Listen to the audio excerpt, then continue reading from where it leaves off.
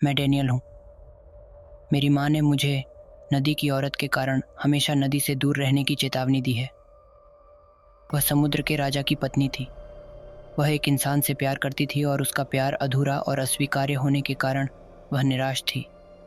इसलिए वह स्वयं को रूपांतरित करती है और लोगों को लुभाती है।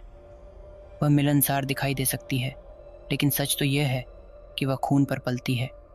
हालांकि जैसे ही मैं 16 साल का हुआ तो मुझे एहसास हुआ कि मेरी माँ ने जो कहानी मुझे सुनाई थी वह मुझे नदी से दूर रखने के लिए थी। और जैसे जैसे समय बीतता गया मैंने विश्वास करना बंद कर दिया। इसलिए एक प्लान के मुताबिक मैं और मेरे दोस्त तैराकी और रात में मछली पकड़ने के लिए निकल पड़े। क्या तुम सब तैयार हो? जब मैंने जूडिथ, मेरी चचेरी बहन, और इफुनन्या, मेरी क्रश का अभिवादन किया तो मेरे दोस्त मार्टिन्स ने पूछा। उन सभी के चेहरों पर चौड़ी शरारती मुस्कान थी। उन्होंने भी, जैसा कि सहमति थी, अपने माता पिता से झूठ बोला था कि हम सतर्कता के लिए जा रहे थे। हमने अपने माता पिता को देखे जाने और रिपोर्ट करने से बचने के लिए नदी के सामान्य मार्ग का अनुसरण नहीं किया। हम जोड़ियों में चले गए। मार्टिन्स और जूडिथ आगे बढ़ गए, जबकि इफुनिया और मैं पीछे रह गए। जल्द ही इफुनिया ने मेरा ध्यान आकर्षित किया कि जूडिथ और मार्टिन्स ने हमें छोड़ दिया है। जूडिथ, मार्टिन्स, मैं चिल्लाया, लेकिन उन्होंने मेरी बात नहीं सुनी। हमारे लिए रुको, मैंने इफुनिया को उनके पीछे दौड़ने के लिए खींचते हुए कहा। यह मार्ग जंगल से घिरा हुआ था। जब तक हम जंगल के किनारे पहुंचे वे दोनों जंगल के अंदर जा चुके थे, इसलिए हम भी उनके पीछे चले गए।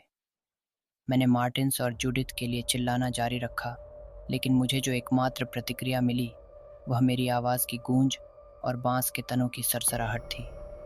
लेकिन जैसे ही हम उनके पास पहुंचे कि तभी मुझे लगभग चीखने जैसी आवाज़ सुनाई दी। खौफ से मेरी आंखें एक सेकंड के लिए इफुन्या पर स्थिर हो गईं और हम ध्वनि की ओर भागे। अचानक इफुन्या दौड़ते समय लड़खड़ा गई और किसी चीज़ से टकरा गई। मैंने तुरंत अपनी टॉर्च जलाई और मैं भयभीत हो गया कि वह जूडिथ ही थी जिससे वह टकरा गई थी। जूडिथ।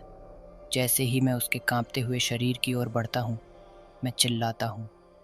उसके गीले बालों से पत्तियाँ और टहनियाँ चिपक जाती हैं।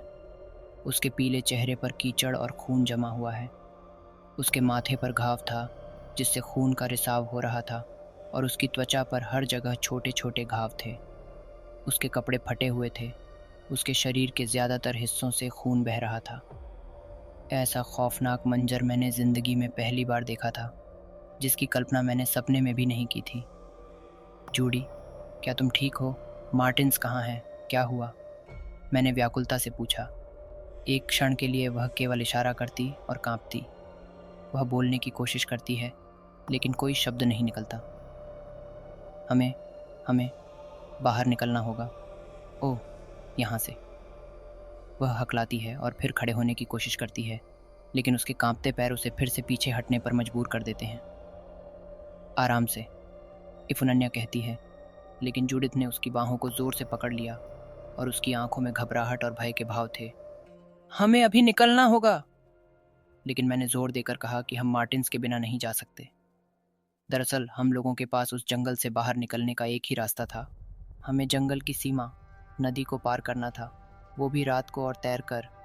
जिसकी कहानियाँ हो मैंने अपनी माँ और अर्बन लीजेंड में सुनी थी कि वहाँ नदी वाली औरत रहती है, लेकिन इस परिस्थिति में मैं इतना खो गया था कि मुझे अभी तक नदी वाली औरत की कहानी पर यकीन करने का वक्त ही नहीं मिला था। वह आ रही है। जूडिथ, तुम किस बारे में बात कर रही हैं? वह सच में है, नदी की औरत सच में है। जूडिथ हमें यह आखिरी भाग फुसफुसाहट के रूप में बताती है और वह इधर उधर देखती है। पहले रोना बंद करो और सच बताओ, तुम दोनों हमारे साथ मजाक कर रहे हो ना? उसने उससे, इफुनन्या से, कहा। ये उसकी चाल है। वह हमें चुप कराती हुई बीच में बोलती है। वह आगे कहती है कि उस औरत ने उसे लात मारते हुए और चिल्लाते हुए पानी में घसीटा और उसे फाड़ डाला। वह अपनी शर्ट का कॉलर नीचे खींचती है, जिससे गहरे काटने का निशान दिखाई देता है, जो निश्चित रूप से मानवीय नहीं दिखता था। उसने मुझे लगभग पकड़ ही लिया था, लेकिन मैं किसी तरह बच गई। मैं जूडिथ की ओर देखता हूँ, मुझे अपने कानों पर बिल्कुल विश्वास नहीं हो रहा है। अचानक एक अमानवीय चीख ने हम सभी को स्तब्ध कर दिया। हवा में इत्र की खुशबू है। वह यहाँ है, जूडिथ डर के मारे फुसफुसाती है। मैं जल्दी से उसे खड़ा होने में मदद करता हूँ। चीखें करीब आ रही हैं।